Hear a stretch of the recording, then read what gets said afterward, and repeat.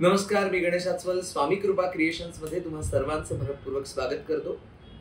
आज निमित्त खास आहे की मार्च महिन्यामध्ये जन्मऋण नावाचा चित्रपट प्रदर्शित होतोय आणि या चित्रपटामध्ये प्रमुख भूमिका करणाऱ्या अभिनेत्री सुकन्याताई कुलकर्णी मोये आज इथे आहेत। नमस्कार। नमस्कार आणि स्वागत आहे सुकन्याताई तुझं। मी अहोजाव करत नाहीये, सुकन्याताई असंच म्हणतोय। तर जन्मऋणच्या निमित्ताने एक वेगळी कथा आपल्या समोर येणार आहे, त्यातल्या तुझ्या भूमिकेबद्दल त्यांनी सुरुवात करू आपण। आईची भूमिका आहे, एका बायकोची भूमिका आहे आणि घर सांभाळणाऱ्या स्त्रीची कथा आहे। ही सत्य घटना आहे आणि त्याच्यामुळे ती जास्त आवडली, ती जास्त कुठेतरी मनाला जाऊन भिडली। कारण या घटनेबद्दल आपण सगळ्यांनीच पेपरमध्ये वाचलंय, टीव्हीवर बघितलंय, आपल्या आजूबाजूला सुद्धा अशा गोष्टी घडत असतील बरोबर, अशी कथा आहे। त्यामुळे ती जास्त आवडली। म्हणजे ती प्रबोधन करणारी नसलेली, अंजन घालणारी नक्कीच आहे की पालकांनी सुद्धा कसं वागलं पाहिजे आणि मुलांनी सुद्धा कसं वागलं पाहिजे, हा आपला संदेश मिळतोय। तुझं जे कॅरेक्टर आहे त्यातलं, त्या व्यक्तिरेखेचं नाव पण सांग आणि जे आता आपण डिस्क्लोज करू शकू प्रेक्षकांसमोर। मी अगदी खरं सांग, नाव खरं तर आठवत नाहीये मला, पण आई म्हणूया आपण आता। ओके। पण एक तर दापोलीमध्ये शूटिंग केलं आम्ही, त्यामुळे तिकडची हवा, तिकडचं वातावरण, आणि आम्ही अगदी मे मध्ये शूटिंग केलंय। छान आंबे लागलेले होते, आंबे फणस खाऊन आम्ही ते शूटिंग केलं आणि सगळं शूटिंग जे आहे, सगळं छायाचित्रण जे आहे ते प्रत्यक्ष त्या त्या घरात जाऊन आम्ही केलेलं आहे। म्हणजे कुठेही सेट लावलेला नाही, रिअल लोकेशन। त्याच्यामुळे त्या घराचा जो आपलेपण आहे ना, तो सुद्धा कुठेतरी आमच्या भूमिकेमध्ये उतरला असं मला वाटतं। आणि तिकडचे काही लोकल आर्टिस्ट आहेत जे ऑफिस मधून काम करतात, शाळेमधून काम करतात, असे सुद्धा आमच्या बरोबर काम करणारे होते आणि त्यामुळे त्याला एक वेगळी झालर म्हणून आपण आले। खाणं तिकडचं, भात, थालीपीठ, घावणं, आंबोळी, त्यामुळे तो एक आस्वाद आम्हाला घेता आला।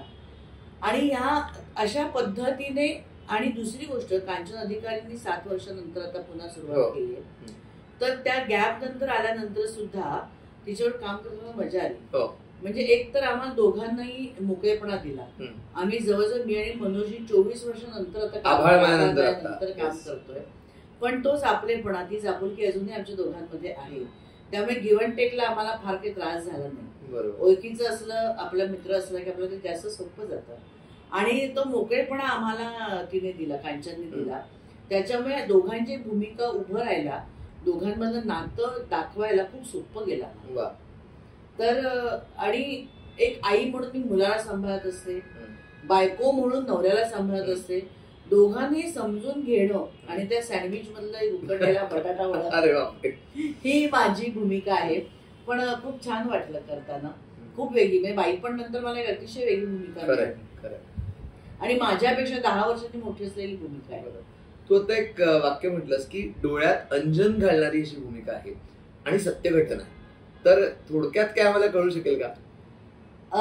थोडक्यात असं आहे की पालकांनी सुद्धा जाणून घेतलं पाहिजे पालकत्व म्हणजे काय। आणि मला असं वाटतं जन्मऋण हे फक्त मुलांचं पालकांच्या बाबतीत नसतं, तर पालकांचं सुद्धा मुलांच्या बाबतीत असतं।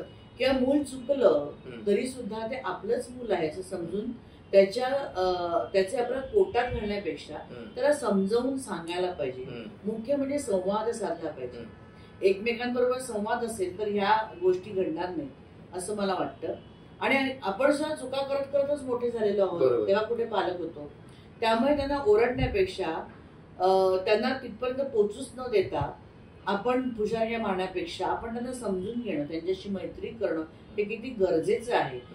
आणि प्रत्येकानेच थोडं थोडं एकमेकांना समजून घेतलं म्हणजे मुलाने बापाला आणि बापाने मुलाला, तर हा मार्ग खूप सोपा होईल असं मला वाटतं। तर अशी साधारण एक गोष्ट आहे की पालकांनी कसं वागलं पाहिजे, पालकांनी मुलांना काय समजून घेतलं पाहिजे, मुलांनी पालकांबरोबर।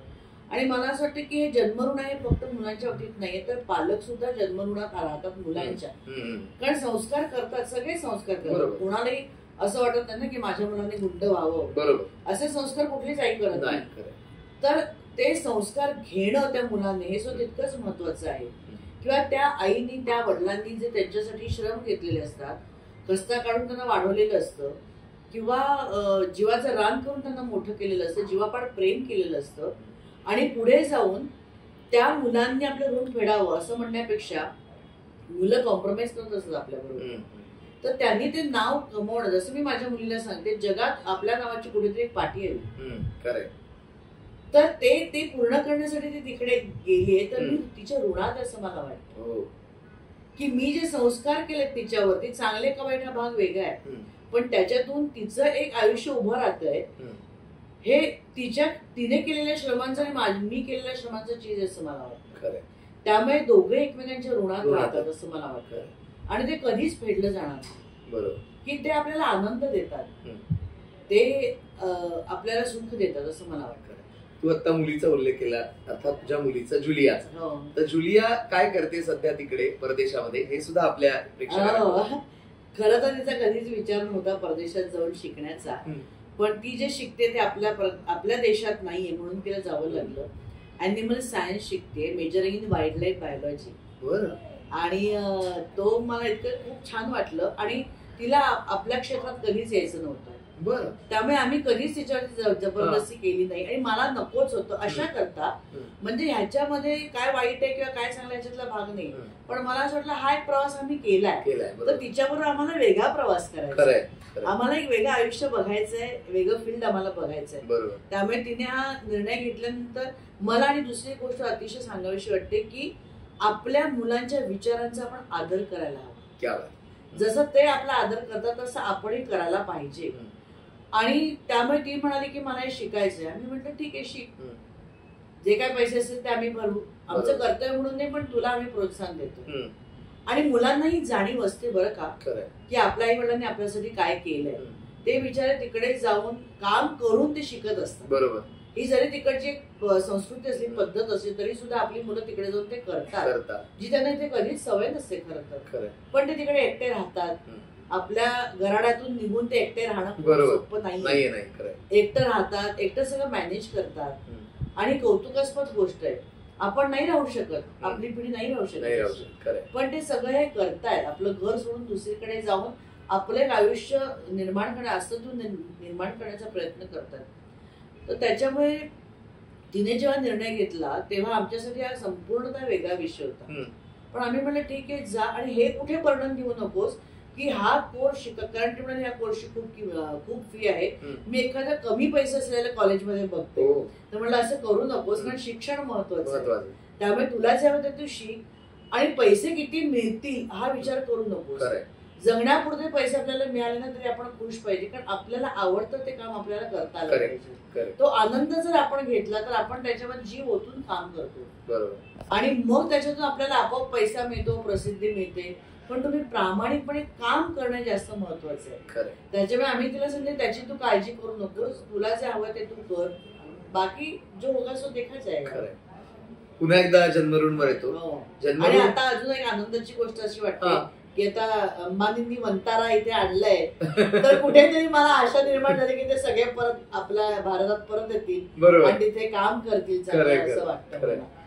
जन्मऋण मध्ये एकच गाणं आहे असं कळलं, आणि ते कथेला पुढे नेणारं गाणं अक्षरशः. तर त्याविषयी म्हणजे मला आठवण केली तरी मला अंगावर काटा आला, इतकं सुंदर तिने गायलंय. म्हणजे वैशाली सामंत आणि आपले सुदेशजी भोसले यांनी गायलंय. वैशालीने अतिशय उत्तम लिहिलंय, आणि त्याच्यातले जे बोल आहेत ना ते फारच सुंदर बोल आहेत, की अंगाई रुसणं हे काय आहे, किंवा मूळ आपलं चुकलंय पण ते आपलंच मूल आहे.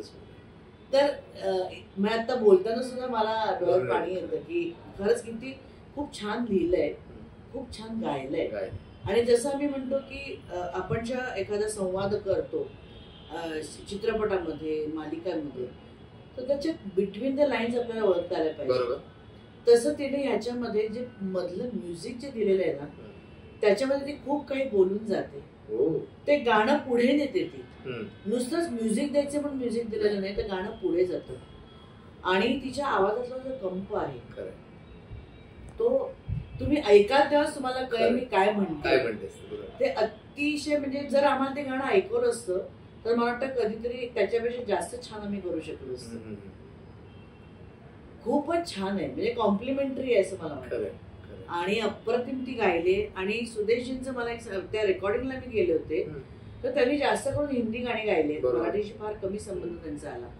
तर सोडव हा त्यांचा शब्द नीट येत नव्हता आणि आमच्या प्रत्येकाच्या चेहऱ्यावर त्यांना ते दिसत होतं आणि ते परत करत होते, परत एका पॉइंटला ही म्हणाली ओके सर मेरे पास है 4-5 टेक उसमें से कर लेंगे.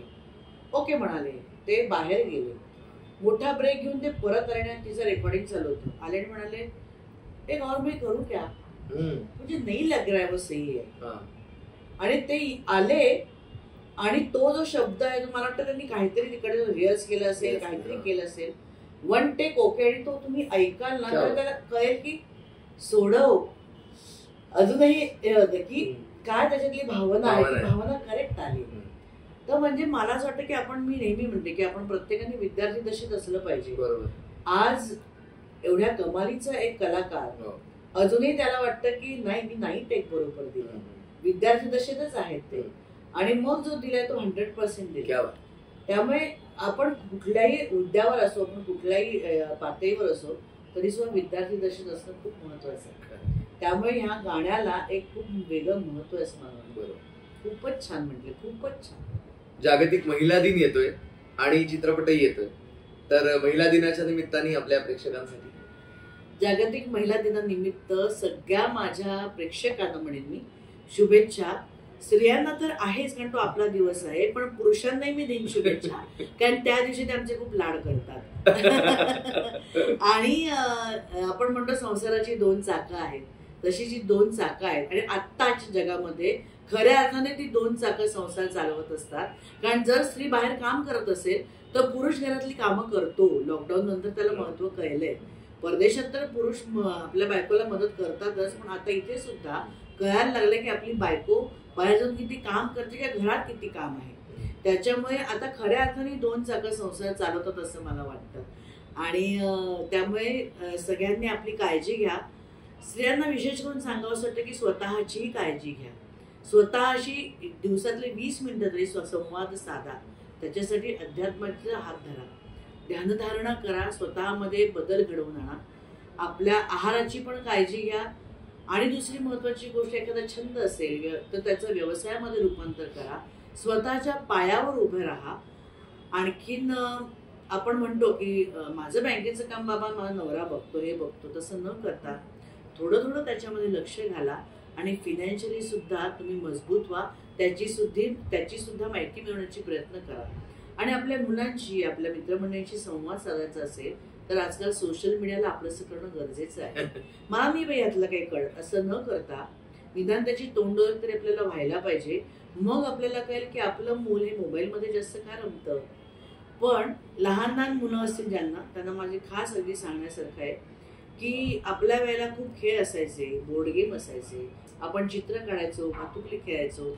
तसं आपण आपल्या मुलांबरोबर किती करतोय हा विचार आपण करावा. आणि मोबाईलपासून दूर ठेवायचं असेल तर त्यांच्यासाठी आपण थोडासा वेळ काढणं गरजेचं आहे. त्यांच्याबरोबर अख्खा दिवस घालवणं गरजेचं आहे. आपण थोडा वेळ मोबाईलपासून दूर राहणं गरजेचं आहे. ज्यांचं काम मोबाईलवरतीच आहे त्यांना सांगू शकत नाही, पण तरी सुद्धा थोडा वेळ आपण त्यांच्यासाठी काढला पाहिजे. घरातल्या प्रत्येकाशी आपला संवाद असायला पाहिजे. संवाद असल्याने आपण मानसिक संतुलन हे आपलं चांगलं राहतं. आणि मनात जे काय असेल ते बोलून मोकळं व्हावं. मनात साठवू नका. ते साठवलं की आपल्याला अनेक रोग जडतात. त्यामुळे मनात जे असेल ते बोलून मोकळं व्हा आणि गोड पद्धतीनं ते बोला, म्हणजे सगळे आपलेसे होतात. सुकन्याताईंनी इतका आता छान आपल्याशी संवाद साधलेला आहे. खरोखरच प्रेक्षकांनी कायमच तिच्यावर आभाळमाया केलेली आहे आणि सुकन्याताईंनी सुद्धा प्रेक्षकांवर आभाळमाया केलेली वेगवेगळ्या भूमिकातनं. हे आमच्यावर सुद्धा एक जन्मऋण आहे असं म्हणायला हवं. आपण प्रेक्षकांना नक्की सांगूया. तुला मी आमच्या चॅनलतर्फे शुभेच्छा देतो जन्मऋणसाठी.